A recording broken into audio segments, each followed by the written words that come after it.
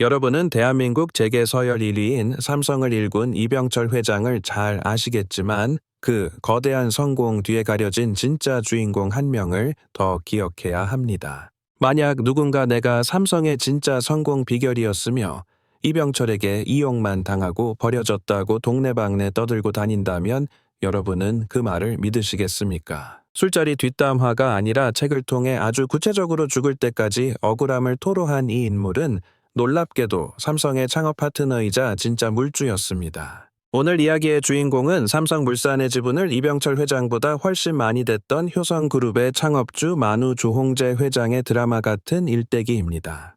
효성이라는 이름이 생소할 수 있겠지만 우리가 입는 레깅스의 탄력과 자동차 타이어가 터지지 않게 잡아주는 원천 기술을 쥐고 있는 괴물 기업이죠. 단순히 잘하는 수준을 넘어 특정 분야에서는 15년 이상 세계 1위를 놓치지 않는 효성의 뿌리에는 배신과 복수 그리고 재기의 역사가 서려 있습니다. 왜 조홍재 회장은 56이라는 늦은 나이에 맨주먹으로 다시 시작해야 했는지 삼성이라는 별보다 더 밝게 빛나겠다는 효성의 속사정을 파헤쳐 보겠습니다. 이야기는 1906년 경남 함안에서 시작되는데 이곳에는 남강 솥바위를 중심으로 반경 20리 안에 나라를 먹여 살릴 큰 부자 셋이 나온다는 전설이 있습니다. 놀랍게도 이 예언은 현실이 되어 삼성의 이병철과 LG의 구인회 그리고 효성의 조홍재가 모두 이 솥바위 근처에서 태어나 대한민국 경제사를 썼습니다. 이 세 거물은 지수초등학교라는 작은 시골 학교에서 함께 공부하며 인연을 맺었는데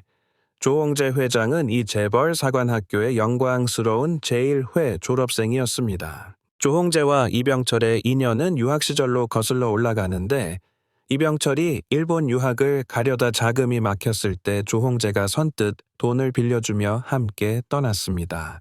부산에서 시모노세키로 향하는 배 안에서 두 청년은 조선인이라는 이유만으로 1등실 진입을 거부당하는 수모를 겪으며 나라의 힘을 키우겠다는 다짐을 합니다. 일본에서 조홍재는 선진 공장들을 견학하며 기계가 세상을 바꾸는 광경을 목격했고 이때 본 제조업의 현장이 훗날 효성의 강력한 뿌리가 되었습니다. 해해방 후 서울 명륜동에서 우연히 이웃사촌으로 다시 만난 두 사람은 매일같이 나라의 경제를 어떻게 살릴지 고민하다 1948년 삼성물산을 탄생시킵니다. 당시 삼성물산의 자본금 비율을 보면 조홍재가 이병철보다 5배나 많은 돈을 투자한 실질적인 주인에 가까웠지만 그는 경영권을 이병철에게 양보했습니다. 조홍재는 무역 백과사전이라 불릴 만큼 현장을 누볐으며 대한민국 무역 역사상 최초로 외상 거래를 성사시켜 삼성물산을 순식간에 궤도에 올려놓았습니다. 6.25 전쟁의 폐허 속에서도 조홍재는 수입 물자를 확보하고 고철을 팔아 막대한 외화를 벌어들이며 삼성이 재벌로 성장할 수 있는 자금을 마련했습니다. 두 사람은 남의 물건을 떼다 파는 대신 직접 만들기로 의기투합하여 제1재단과 제1모직을 세웠고 설탕과 옷감으로 대한민국 시장을 완전히 장악했습니다. 거대한 성공의 탄탄한 대로를 걷던 이들의 관계는 1960년 일본 도쿄의 한 골프장에서 이병철 회장이 던진 결별 선언으로 완전히 무너지고 맙니다. 사흘만 해지니 나가라는 통보를 받은 조홍재는 투자 비율대로 재산을 나누자고 했지만 이병철은 경영권 프리미엄을 내세워 지분을 대폭 깎겠다고 주장했습니다. 엎친 데 덮친 격으로 4.19 혁명과 5.16 군사정변이 터지면서 기업인들은 부정축제자로 몰렸고 이병철 회장은 당시 일본에 체류 중이었습니다. 결별 통보를 받은 상태였음에도 조홍재 부사장은 삼성을 위해 대신 감옥에 들어가 한 달간 옥고를 치르며 끝까지 책임감 있는 이인자의 모습을 보였습니다. 사람들은 왜 쫓겨나는 마당에 감옥까지 대신 가느냐고 물었지만 조홍재는 누군가는 책임을 져야 회사가 산다며 대인배다운 의리를 지켰습니다. 하지만 돌아온 대가는 차가웠고 조홍재는 제1재단 경영권 대신 부실 덩어리였던 한국타이어와 몇몇 자잘한 회사를 받는 조건으로 삼성을 떠났습니다. 이때의 서러움이 얼마나 깊었는지 조홍재는 새로 만든 회사의 이름을 삼성보다 더 밝게 빛나겠다는 의지를 담아 새벽별이라는 뜻의 효성이라 지었습니다. 1962년 삼성과 완전히 갈라선 조홍재 회장의 나이는 56이었으며 이는 당시 한국 남성 평균 수명을 고려하면 은퇴하고도 남을 나이였습니다. 조홍재는 자신의 호를 늦고 어리석다는 뜻의 만우라고 지었는데 이는 남들보다 늦더라도 더 치열하고 완벽하게 성공하겠다는 숙성의 철학이 담긴 것입니다. 실제로 그는 초등학교 입학도 7년이나 늦었고 대학 졸업도 30이 다 되어 마쳤지만 그 늦음은 오히려 단단한 내공을 쌓는 소중한 밑거름이 되었습니다. 조홍재 회장이 독립 후 처음 차린 효성물산은 무역으로 기반을 다졌으며 특히 망해가는 회사를 인수해 살려내는 M&A에서 천재적인 감각을 발휘했습니다.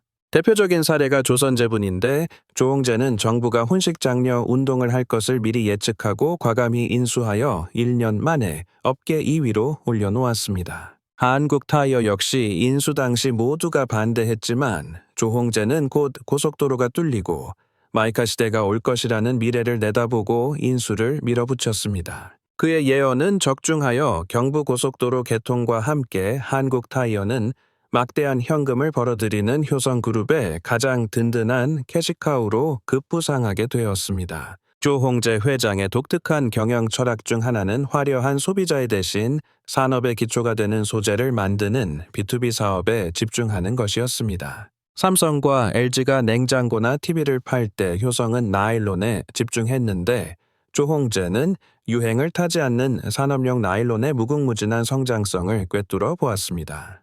특히 타이어 고무 안에 들어가는 보강제인 타이어 코드를 국산화하는 데 성공하며 효성은 전 세계 시장을 제패하는 독보적인 기술 기업으로 거듭났습니다.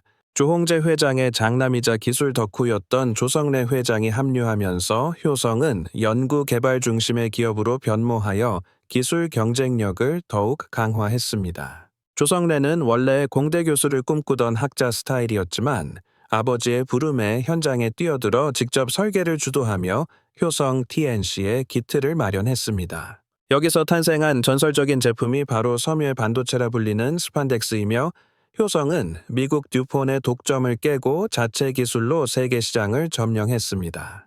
효성은 화려한 광고보다는 묵묵히 품질과 기술력으로 승부했고 이러한 실속 위주의 경영은 어떤 경제 위기에도 흔들리지 않는 단단한 뿌리가 되었습니다. 이렇게 2인자의 서러움을 딛고 일어선 효성은 삼성이라는 거대한 별 옆에서 자신만의 빛을 발하며 대한민국을 대표하는 소재 기업으로 우뚝 섰습니다. 조홍재 회장의 효성이 삼성과 갈라선 이후 두 가문의 관계는 영원히 원수로 남았을 것 같지만 재계의 인간관계는 참으로 묘하고 복잡하게 흘러갔습니다. 할아버지 세대에서는 얼굴을 붉히며 헤어졌지만 손자 세대에 이르러서는 유학 시절 라면을 같이 끓여 먹으며 형 동생 하는 절친한 사이가 된 것입니다. 조홍재 회장의 장남 조성래 명예회장은 이병철 회장의 차남 이창희와 일본 와세다 대학 동창이었으며 며느리들 또한 서울대 미대 동기였습니다. 현재 그룹을 이끄는 조현준 회장과 이재용 회장은 일본 게이오 대학에서 함께 공부했고 차남 조현문과 이재용은 하버드 동문으로 인연을 이어갔습니다. 효성 창립 기념식에 이건희 회장 대신 참석한 홍라희 여사가 과거 두 회장의 갈등 장면을 보고도 의연하게 대처한 일화는 두 가문의 애증을 잘 보여줍니다. 이처럼 삼성과 효성은 때려야 뗄 수 없는 질긴 인연의 끈으로 묶여 서로를 견제하면서도 존중하는 독특한 재계의 동반자 관계를 유지해 왔습니다. 이제 2대 회장이었던 고 조성래 명예회장의 이야기를 더 해보자면 그는 원래 경영보다는 연구와 학문의 뜻이 깊었던 전형적인 공학도였습니다. 일본에서 화학공학을 전공하고 미국 일리노이 대학에서 박사 학위 논문을 준비하던 그를 붙인 조홍재 회장이 불러들여 현장 경영을 맡기게 됩니다. 당시 효성이 나일론 공장을 지을 때 기술이 없어 독일 기술자들에게 의존하자 조성래는 직접 설계를 주도하며 기술 독립을 선언하는 대담함을 보였습니다. 아들이 거액이 들어가는 공장 설계를 직접 하겠다고 나서자 조홍재 회장은 시운전날 무서워서 공장에 가지도 못하고 집에서 전화만 기다렸다고 합니다. 결과는 대성공이었으며 이때 증명된 조성래의 기술적 안목은 훗날 효성의 심장이자 섬유의 반도체라 불리는 스판덱스 신화의 탄생으로 이어졌습니다. 여러분이 입는 레깅스나 수영복 그리고 등산복에 효성의 스판덱스가 들어가지 않으면 옷이 형태를 유지하지 못하고 줄줄 흘러내릴 정도로 필수적인 소재입니다. 현재 효성 TNC는 전 세계 스판덱스 시장에서 15년 넘게 1위 자리를 지키고 있으며 지구인 10명 중 3명은 효성의 옷을 입고 있는 셈입니다. 특히 코로나 시절 홈트레이닝 열풍으로 레깅스 판매가 급증했을 때 효성은 독보적인 기술력과 생산 능력을 바탕으로 그야말로 돈방석에 앉게 되었습니다. 효성만의 성공 비결은 원료부터 완제품까지 직접 생산하는 수직 계열화에 있으며 이는 중국 업체들의 저가 공세 속에서도 압도적인 경쟁력을 유지하게 합니다.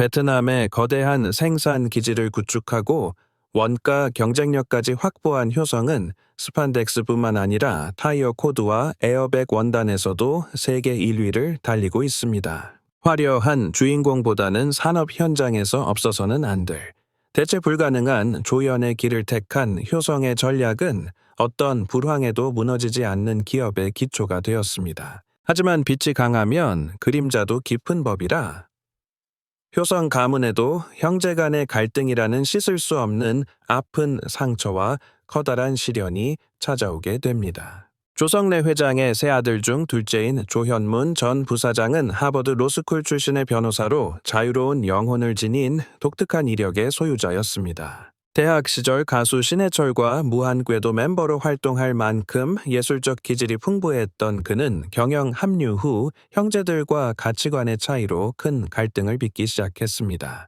조현문 전 부사장은 경영 참여 이후 회사의 불투명한 회계와 형의 횡령, 의혹 등을 목격하고는 가족이라도 바로잡아야 한다며 지속적으로 문제를 제기했습니다. 하지만 그의 목소리는 받아들여지지 않았고 결국 갈등이 폭발하며 조현문은 형과 동생 그리고 회사 임원들을 횡령 및 배임 혐의로 고발하기에 이릅니다. 재계에서는 전무후무한 사건이었으며 가족이 가족을 감옥에 보내달라고 수사기관에 신고한 이 일은 효성 가문에 돌이킬 수 없는 파장을 불러왔습니다. 결과는 참혹했는데 형인 조현준 회장은 맞고소로 대응했고 아버지 조성래 명예회장은 끝내 둘째 아들과 의절하며 가문의 비극은 깊어만 갔습니다. 아버지가 돌아가셨을 때 둘째 아들은 상주 명단에도 이름을 올리지 못했고 단 5분간의 짧은 조문만을 허락받은 채 쓸쓸히 장례식장을 떠나야 했습니다.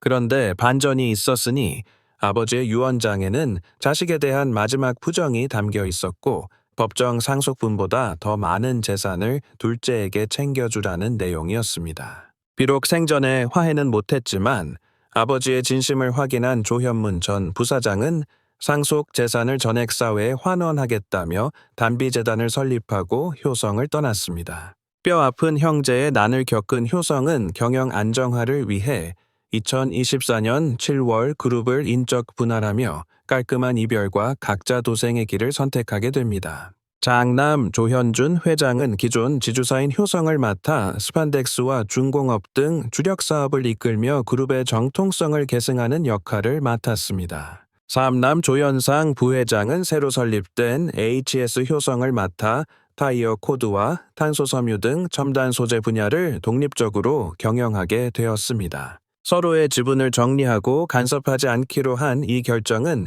효성이 형제 간 분쟁의 고리를 끊고 각자의 전문 분야에서 속도를 내기 위한 전략적 판단이었습니다. 최근 효성 중공업은 인공지능 데이터 센터 열풍으로 인해 전력 수요가 폭등하면서 변압기가 없어서 못 팔 정도의 유례없는 호황을 맞이하고 있습니다. 미국과 유럽 시장에서 효성의 대형 변압기는 기술력을 인정받아 주문이 밀려들고 있으며 이는 효성의 주가를 춤추게 만드는 강력한 동력이 되고 있습니다. 하지만 장밋빛 전망만 있는 것은 아니며 가장 큰 위협은 거대한 자본과 물량을 앞세워 시장을 잠식해 들어오는 중국 기업들의 맹렬한 추격입니다. 중국 업체들이 쏟아내는 저가 물량 탓에 효성 TNC의 이익이 감소하고 화학 부문은 적자가 심화되어 강도 높은 구조 조정까지 단행해야 했습니다. 위기 속에서 효성이 목숨 걸고 키우는 미래 먹거리는 두 가지인데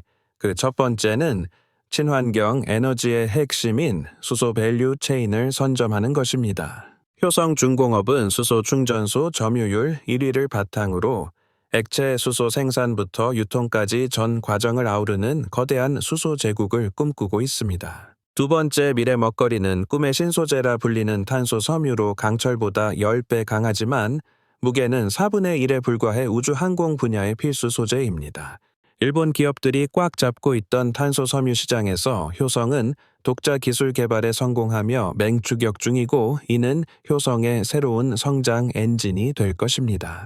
하만의 부잣집 도련님으로 태어나 이병철과 삼성을 키웠으나 버림받았던 조홍재 회장은 56의 나이에 맨 땅에서 다시 효성의 깃발을 꽂았습니다. 늦었다고 생각할 때가 진짜 시작이라는 조홍재 회장의 말은 효성이라는 기업의 유전자가 되어 어떤 시련 속에서도 다시 일어서는 끈기를 만들어냈습니다. 남들이 화려한 겉모습에 치중할 때 효성은 묵묵히 옷감 속에 실을 뽑고 타이어의 심지를 만들며 세상이 돌아가는 보이지 않는 기초를 닦았습니다. 화려한 주연의 자리를 탐내기보다 대체 불가능한 조연의 길을 선택한 그들의 전략은 결국 세계시장 점유율 1위라는 성적표로 그 가치를 증명했습니다. 조홍재 회장은 살아생전 삼성과의 동업 시절을 회상하며 자신의 억울함을 토로하기도 했지만 그 에너지를 원망이 아닌 도전의 동력으로 승화시켰습니다. 만약 그가 삼성에서의 결별에 좌절하고 주저앉았다면 오늘날 전 세계인이 입고 사용하는 효성의 혁신적인 소재들은 세상에 나오지 못했을 것입니다. 이제 효성은 새 경영 시대와 계열 분리라는 새로운 시험대에 올랐으며 창업주가 꿈꿨던 삼성보다 밝은 새벽별이 되기 위한 여정을 계속하고 있습니다. 중국의 거센 추격과 글로벌 경기 침체라는 거대한 파도 속에서 효성이 자신들의 기술력을 바탕으로 어떻게 이 위기를 돌파할지 재계의 관심이 쏠립니다. 우리가 무심코 입는 레깅스의 편안함과 자동차의 안전함 속에 효성 엔지니어들의 치열한 고민과 땀방울이 녹아있다는 사실을 기억할 필요가 있습니다. 56이라는 나이에 다시 시작해 거대한 제국을 건설한 한 남자의 드라마 같은 이야기는 오늘날 많은 이들에게 포기하지 않는 용기를 전해줍니다. 효성이 앞으로 수소 경제와 탄소 섬유라는 미래 영토에서 또 어떤 세계 1위의 신화를 써 내려갈지 그 흥미진진한 행보를 함께 지켜봐 주시기 바랍니다. 오늘 준비한 삼성과 효성, 그리고 조홍재 회장의 불꽃 같은 재기 스토리는 여기까지이며 여러분의 생각은 어떠신지 댓글로 자유롭게 남겨주세요. 거대한 별들의 전쟁 뒤에 숨겨진 인간적인 고뇌와 배신, 그리고 뜨거운 복수의 역사는 단순한 기업사를 넘어 우리 인생에 깊은 통찰을 던져줍니다. 늦게 피는 꽃이 더 아름답다는 말처럼 여러분도 지금 무언가 늦었다고 생각하신다면 효성의 역사를 떠올리며 다시 한번 힘차게 시작해 보시길 응원합니다. 효성중공업의 변압기 호황이 언제까지 이어질지, 그리고 탄소 섬유가 정말 일본을 넘어서 우주시대를 지배할 소재가 될지 궁금해지는 대목입니다. 형제의 난이라는 아픈 과거를 딛고 새롭게 태어난 조현준, 조현상. 형제의 효성이 대한민국 경제의 든든한 버팀목으로 남을 수 있을지 주목됩니다. 삼성물산의 진짜 주인이었다는 조홍재 회장의 주장은 역사의 뒤양일로 사라졌지만 그가 세운 효성의 기술은 지금 이 순간에도 우리 곁에 살아 있습니다. 여러분이 타고 다니는 자동차 타이어 코드가 효성의 제품인지 아니면 에어백의 원단이 효성의 것인지 확인해 보는 것도 일상의 소소한 재미가 될 것입니다. 이슈당은 앞으로도 대한민국을 움직이는 거대 기업들의 숨겨진 이야기와 흥미로운 경영 비사들을 아주 깊숙하고 적나라하게 파헤쳐 전달해 드리겠습니다. 영상이 유익하셨다면 구독과 좋아요, 그리고 알림 설정까지 잊지 마시고 눌러주시면 더 좋은 콘텐츠를 만드는 데 큰 힘이 됩니다. 지금까지 대한민국 경제 지도를 바꾼 위대한 창업주들의 발자취를 따라가 본 이슈당이었으며 저는 다음 시간에 더 재미있는 이야기로 찾아뵙겠습니다.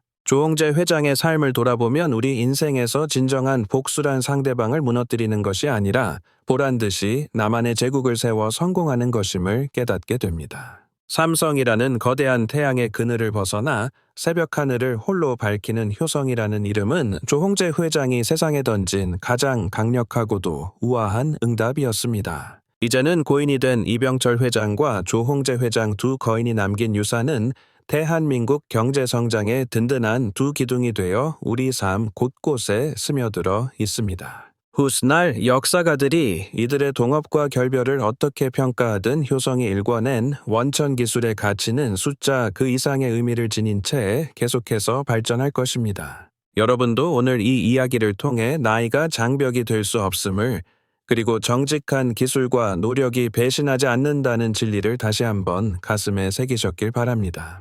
효성중공업의 전력 솔루션이 지구 반대편 미국의 데이터 센터를 밝히고 효성의 탄소 섬유가 화성을 향하는 우주선의 뼈대가 될 날이 머지않았습니다. 기업의 성장은 단순히 돈을 버는 것을 넘어 인류의 삶을 더 편리하고 안전하게 만드는 위대한 여정이며 효성은 그 길의 선두에 서 있습니다. 형제 간의 갈등이라는 인간적인 시련조차 결국 더 단단한 경영체제를 구축하기 위한 과정이었음을 시간이 흐른 뒤 역사는 증명해 줄 것입니다. 오늘 이슈당이 준비한 긴 호흡의 효성그룹 대서사시가 여러분의 지적 호기심을 충족시키고 새로운 영감을 주는 유익한 시간이 되었기를 진심으로 바랍니다. 세상을 바꾸는 기술은 화려한 광고판이 아니라 묵묵히 돌아가는 공장 안에서 탄생한다는 사실을 효성의 역사는 우리에게 끊임없이 상기시켜줍니다. 삼성이라는 거대한 이름에 가려져 우리가 미처 몰랐던 효성의 저력과 조홍재 회장의 불굴의 의지는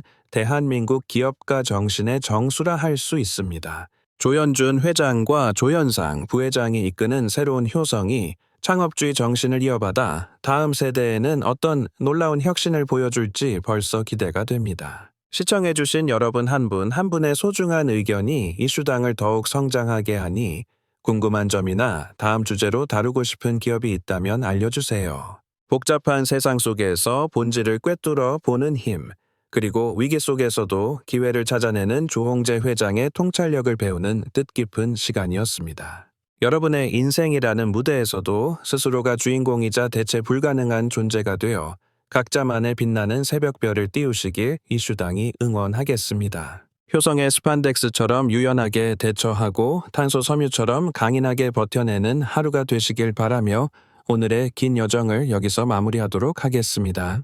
끝까지 함께 해주신 시청자 여러분께 진심으로 감사드리며 이슈당은 더 날카롭고 흥미진진한 비하인드 스토리로 다음 영상에서 다시 인사드리겠습니다. 대한민국 경제를 움직이는 힘의 근원을 찾아 떠나는 이슈당의 기업 탐험은 멈추지 않을 것이며 여러분의 구독은 그 여정의 든든한 연료가 됩니다. 찬란한 성공 뒤에 숨겨진 땀방울과 눈물, 그리고 시대를 앞서간 거인들의 철학을 전달하는 이슈당이었습니다. 시청해주셔서 감사합니다. 늦었다고 생각할 때가 가장 빠를 때라는 사실을 잊지 마세요.